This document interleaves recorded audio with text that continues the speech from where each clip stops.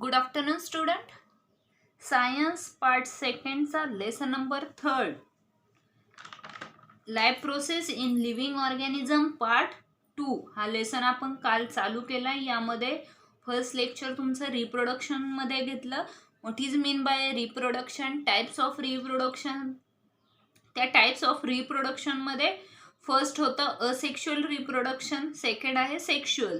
Asexual reproduction मध्ये सुद्धा दोन पॉइंट आहेत. Asexual reproduction in unicellular organism आणि asexual reproduction in multicellular organism. यामध्ये आपण फर्स्ट बघितलंय asexual reproduction in unicellular organism. यामध्ये फर्स्ट बघितलं बायनरी फ्युजन, सेकंड बघितलं मल्टिपल फ्युजन आणि थर्ड पाहिलेलं आहे बर्डिंग. हे तीन पॉइंट आपण कालच्या तासाला पाहिले आहेत.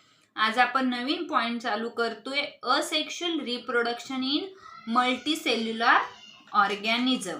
Asexual reproduction in multicellular organism. Asexual reproduction in multicellular organism that is त्यामध्ये फर्स्ट पॉइंट आहे फ्रॅगमेंटेशन, सेकंड आहे रिजनरेशन, थर्ड आहे बर्डिंग, फोर आहे व्हेजिटेटिव्ह प्रपागेशन आणि 5 आहे स्पोर फॉर्मेशन. फर्स्ट बघूया fragmentation. This type of asexual reproduction occurs in a multicellular organism. हे काय आहे तर मल्टीसेल्युलर ऑर्गॅनिझम आहे. This type of reproduction the body of parent organism break up into many fragment and each fragment start to live as an independent new organism. म्हणजे काय तर बघा, fragmentation मध्ये काय सांगितलंय तुम्हाला की हे जे आहे हे एक पॅरेंट ऑर्गॅनिझम आहे. फॉर एक्झाम्पल आहे स्पायरोगायरा. स्पायरोगायरा म्हणजे काय तर अलगी, शेवाळ जे की पाण्यावरती वाढतं ते स्पायरोगायरा. हे आहे तुमचं पूर्ण स्पायरोगायरा.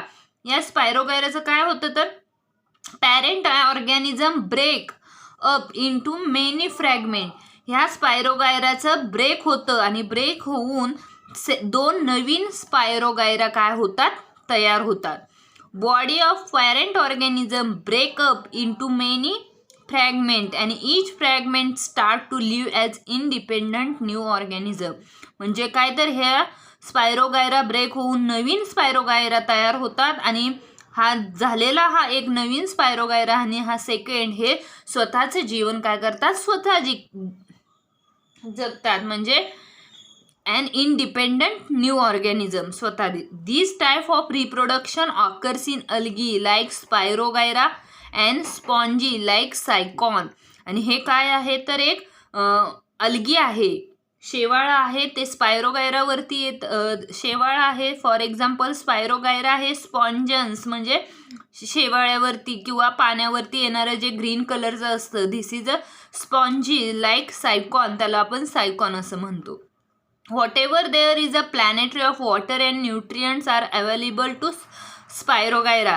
ते पाण्यावरती येतं तिथंच त्याला काय मिळतात, न्यूट्रिएंट्स मिळत असतात. Its filaments grow up very fast and break up into many small fragment. आणि हे जे स्पायरोगायरा आहेत ते फास्ट, त्याचे जे फिलामेंट्स आहेत ते काय होतात तर पटपट वाढतात, व्हेरी फास्ट ग्रो होतात आणि ग्रो झाल्यानंतर ते break up into many small fragment आणि त्याचे लहान लहान तुकडेही होतात. Each fragment start to live independently as new spirogyra fibre. आणि तुकडे झाल्यानंतर ते स्वतः नवीन एक स्पायरोगायरा तयार करतात. If the body of sycon breaks up accidentally into many fragment each fragment develops into new sycon. आणि एका फ्रॅगमेंटपासून ते अजून नवीन असे सायकॉन, नवीन असे तुकडे काय करतात तर तयार करतात. म्हणजे फ्रॅगमेंटेशन म्हणजे काय तर एक स्पायरोगायरा आहे. फॉर एक्झाम्पल अलगीमध्ये एक्झाम्पल आहे स्पायरोगायरा. हा स्पायरोगायरा एक पॅरेंट सेल असतो किंवा एक मोठा स्पायरोगायरा असतो. तो काय करतो तर ब्रेक होतो किंवा तो ब्रेक करतो आणि स्वतः तयार असलेल्या स्पायरोगायराचे दोन तुकडे करतो आणि त्या दोन तुकडे सुद्धा इंडिपेंडेंटली ग्रो होतात आणि त्या दोन तुकड्यांचा पुन्हा एक नवीन स्पायरोगायरा तयार होतो. त्या नवीन स्पायरोगायरा तयार झाला त्याचे सुद्धा पुन्हा अजून नवीन असे तुकडे पडतात. That is called as a fragmentation. Second आहे रिजनरेशन. बघा रिजनरेशन म्हणजे काय? फॉर एक्झाम्पल आहे प्लॅनेरा. रिजनरेशन तुम्हाला तर माहिती आहे, रिजनरेशन म्हणजे काय? रिजनरेट होणे. म्हणजे आपण स्वतः एक आहे आणि आपल्यापासून अजून नवीन नवीन असे प्लॅनेरा किंवा असे वेगवेगळे ॲनिमल्स तयार होणे. फॉर एक्झाम्पल आहे प्लॅनेरा. हा तुमचा एक प्लॅनेरा आहे. या प्लॅनेराचे 3 टाईप्स आहेत बा, 1, 2 आणि 3 असे 3 पार्ट्स आहेत. तर हा प्लॅनेरा काय करतो, जो की हा एक तुकडा आहे वरचा, ह्याचा एक सेपरेट, हा सेकंड आणि हा थर्ड, असे 3 प्लॅनेरे तयार होतात. आणि या 3 प्लॅनेराचा पुन्हा ह्या एका तुकड्याचा पुन्हा एक नवीन प्लॅनेरा, सेकंडचा, थर्डचा, म्हणजे एका 1 प्लॅनेरा सी टू 3 प्लॅनेरा तयार झाला. म्हणजे एका प्लॅनेरापासून नवीन 3 प्लॅनेरा तयार झाले, म्हणजे रिजनरेशन झालं. एकापासून अनेक असे प्लॅनेरा त्यांनी काय केले, तयार झाले. This is called as a regeneration. त्यालाच आपण काय म्हणतो, regeneration. You know that the walrus break up and discard some part of its tail in emergency. तुम्ही पाल बघितले आहे. पाल जर ब्रेकअप झाली, डिस्कार्ड झाली, तर त्याची जी टेल असती, शेपटी असती, in emergency discarded part is regenerated after a period. तर ती पालीचा शेपटी जरी तुटली तरी ती पाल जगते आणि त्या पालीपासून पुन्हा रिजनरेट होतात, नवीन पाल काय होतात, तयार होतात. This is an example of a limited regeneration. ते एक लिमिटेड रिजनरेशनचं काय आहे, एक्झाम्पल आहे. ॲन ॲनिमल बघा, an animal planaria breaks up into body into 2 parts and thereafter each part regenerates remaining part of the body and thus 2 new planera. बघा, हा एक पूर्ण प्लॅनेरा आहे. ह्या प्लॅनेराचा वरचा खालचा भाग वेगळा झालाय, हा थर्ड पार्ट राहिलाय. 1, 2 आणि 3 असे 3ही वेगळे प्लांट झाले. या प्लॅनेरापासून हा एक भाग, या प्लॅनेरापासून हा एक, आणि मधल्या प्लॅनेरापासून अजून एक प्लॅनेरा, असे एका प्लॅनेरापासून 3 नवीन प्लॅनेरा तयार झाले. This is called as a regeneration. त्यालाच आपण काय म्हणतो, तर रिजनरेशन. थर्ड पॉइंट आहे बडिंग. फर्स्ट झाला फ्रॅगमेंटेशन, सेकंड झाला रिजनरेशन, थर्ड आहे budding. In case hydra under favourable condition. हे का हायड्रा या झाडाचं किंवा या प्लॅन्टचं एक्झाम्पल आहे. At specific part of its body and outgrowth is formed by repeated division of a regenerative cell of a body wall. बघा, हा काय दाखवलाय तुम्हाला, हायड्रा दाखवलाय. या हायड्रामध्ये हायड्रा रिजनरेट होतो किंवा वाढतो, त्यावेळी तिथं काय तयार होतं, तर एक बड म्हणजे कळी, एक कळी तयार होते. बघा, फॉर एक्झाम्पल तुम्हाला डायग्राम दाखवली, ही बड, जसं की आपलं स्पायरोगायरामध्ये सुद्धा 2 तुकडे होतात, रिजनरेशनमध्ये सुद्धा एका प्लॅनेराचे 3 भाग झाले. तसंच हायड्रामध्ये काय आहे, तर हा एक पूर्ण हायड्रा दिलाय आणि हायड्रामध्ये regenerative cell of a body wall, या बॉडी वॉलमध्ये रिजनरेटिव्ह सेल तयार होते. This is a bud. ती काय असते, ते बर्ड, कळी असती. आणि या बर्डला पुन्हा काय तयार होतात, तर हायड्रा लिव्स तयार होतात किंवा हायड्रा तयार होतात. This is a nascent hydra. त्यालाच काय म्हणतात, नॅसेंट हायड्रा. बघा, this outer growth is called as a bud. या आउटर ग्रोथ पार्टला आपण काय म्हणतो, bud. Bud grows up progressively and finally forms a small hydra. आणि या बर्डपासून स्मॉल हायड्रा तयार होतो. Dermal layers and digestive cavity of the budding hydra are in a continuity with those of a parent hydra. आणि या parent हायड्रापासून digestive cavity आणि बर्डिंग hydra काय होतात, तर तयार होतात. Parent hydra supplies nutrition to budding hydra. आणि या पॅरेंट्स हायड्रामुळेच या बर्डला काय मिळतं, तर न्यूट्रिशन मिळतं. Budding hydra separates from parent hydra and start to lead an independent life when it grows up and becomes able to lead and.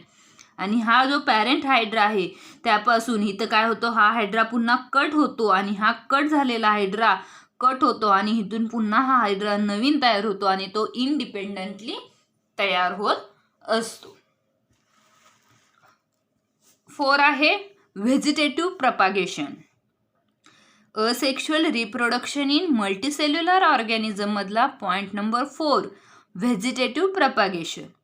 Reproduction in plants with the help of vegetative parts like root, stem, leaf and bud. It is called as a vegetative reproduction.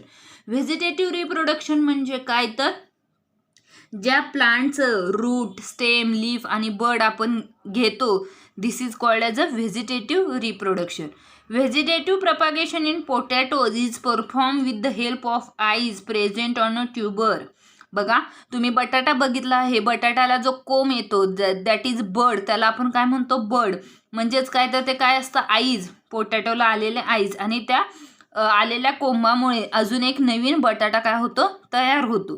This is called as a vegetative propagation. त्यालाच काय म्हणतात, vegetative propagation on tuber. Whereas in a bryophyllum it is performed with the help of the bud present on a leaf margin. बघा, आता हे ब्रायोफायलमचं leaf आहे, या लीफलाच काय होतं तर या जे पान आहे, या पानावरतीच नवनवीन झाडं, नवनवीन प्लांट फुटू लागतात. This is called as a vegetative propagation. त्याला आपण काय म्हणतो, व्हेजिटेटिव्ह प्रपागेशन. म्हणजेच काय तर ब्रायोफायलमच्या प्लांटवरती एक नवीन बर्ड तयार होतो किंवा एक नवीन लीफ तयार होते, लीफ मार्जिन तयार होते. This is called as a vegetative propagation. In case of plant like sugarcane, grasses, vegetative propagation occurs with the help of birds present on nodes. आणि असे ऊसाचं झाड असेल, ग्रासेस असतील, त्यामध्ये व्हेजिटेटिव्ह प्रपागेशन होतं, पण कधी, ज्यावेळी तिथं बर्ड प्रेझेंट असतो ऑन नोड्स. जे तुमचं झाड आहे त्याला नोड, इंटरनोड वगैरे आपण म्हणतो. नोड म्हणजे काय तर जिथं एक झाड जॉईंट झालेलं असतं, this is a node. Bud present on node. Bud कुठं प्रेझेंट असतो तर त्या नोडवरती प्रेझेंट असतो. Plant like carrot and radish performs vegetative propagation with the help of roots. आणि जे कॅरोटचं आणि रॅडिश, मुळा आणि काकडी, मुळा आणि गाजराचं जे झाड आहे ते सुद्धा काय आहे, vegetative propagation with the help of roots. रूट्सच्या साह्याने तिथं व्हेजिटेटिव्ह प्रपागेशन्स होत असतात. त्यानंतरचं आहे spore formation. What is mean by spore formation? Spore म्हणजे एक सूक्ष्मजीव, मायक्रो ऑर्गॅनिझम, लहान लहान. Take a pieces of, try these आहे बघा. Take a pieces of wheat bread और bhakri and keep it in humid place. बुरशी, तुम्हाला सगळ्यांना माहिती असेल, तुम्ही शिकतच असाल, आत्तापर्यंत शिकलेला असाल की भाकरी जर जास्त वेळ आपण बंद डब्यात ठेवली तर त्यावरती काय येते, बुरशी येते. Fungus will grow on it within 2 to 3 days. 2 ते 3 दिवसामध्ये त्या भाकरीवर किंवा त्या ब्रेडवरती काय येतात, फंगस येतात. Observe the fungus under compound microscope and draw it's diagram. आपण ही डायग्राम बघितली असेल, कधी तुम्ही प्रयोगशाळेमध्ये बघितलं असेल की भाकरीवरची बुरशी घेतल्यानंतर त्यामध्ये त्यामध्ये फंगस ग्रो झाले आणि तिथं आपल्याला अशी डायग्राम पाहायला मिळाली. Spore formation. Fungi like a mucor have a filamentous body. तिथं आपल्याला म्युकर पाहायला मिळालं. They have a sporangia. When spore are formed sporangia burst and spore are release. बघा, तिथं काय आहे तर हा ब्रेड आहे, ब्रेडवरची आपण ही ग्रीनिश लेअर किंवा जी काही बुरशी आलेली असते ती जर आपल्या स्लाइडवरती घेतली तर तिथं आपल्याला हे रायझॉइड्स आहेत, हे रायझॉइड्स पाहायला मिळतील. रायझॉइड्स नंतर हे जे आहे ते काय आहे, स्टॉक म्हणजे एक काठी सारखं आहे आणि तिथं स्पोअर तयार झालेले आपल्याला पाहायला मिळतील. आणि जर हे स्पोअर ब्रेक झाले किंवा ते ब्रश झाले, फुटले, तर त्या स्पोअरमध्ये आपल्याला काय पाहायला मिळतं तर स्पोरेंजियम. काय पाहायला मिळतं, स्पोरेंजियम. आणि spore germinate in moist and warm place and new fungal colonies. आणि हे जर स्पोरेंजियम फुटले तर त्यापासून बाहेर पडून त्यापासून अनेक नवीन कॉलनीज, फंगल कॉलनीज काय होतात तर तयार होतात. म्हणजेच काय होतं तर स्पोअर फॉर्मेशनमध्ये रायझॉइड्स, हायपी, स्पोअर, स्टॉक आणि स्पोरेंजियम पाहायला मिळतं. बघा diagram. Write the short note on spore formation हाही तुम्हाला प्रश्न असू शकतो किंवा describe the asexual reproduction in multicellular organism. त्यामध्ये तुम्हाला हे 5ही पॉईंट लिहायला लागतील. या 5 पॉईंटमध्ये लास्टचा पॉईंट आहे स्पोअर फॉर्मेशन. त्या स्पोअर फॉर्मेशनमध्ये काय होतं, ब्रेडवरती आलेले आपण फंगस आपल्या स्लाइडवरती घेतो. स्लाइडवर घेतल्यानंतर त्या स्लाइडवरती आपण ही फंगस टाकल्यानंतर ज्यावेळी आपण मायक्रोस्कोपला बघतो त्यावेळी आपल्याला तिथं काय मिळतं पाहिलं तर म्युकर पाहायला मिळतं. मग म्युकर कशा आकारामध्ये असतं तर तिथं रायझॉइड प्रेझेंट असतं, हायपी प्रेझेंट असतं, स्टॉक, स्पोर. आणि हेही स्पोर जर फोडले ब्रश झाले तर त्या स्पोरमध्ये आपल्याला काय पाहायला मिळतं, स्पोरेंजियम पाहायला मिळतं. या पद्धतीने आपण असेक्शुअल रिप्रोडक्शन दोन्हीमधलंही पाहिलं, unicellular organism and multicellular organism. यानंतरचं लेक्चर असेल आपलं सेक्शुअल रिप्रोडक्शन. यामध्ये सुद्धा ॲनिमल आहे, प्लांट आहे अँड ह्युमन आहे. हे आपण नंतरच्या तासाला पाहूया. थँक्यू.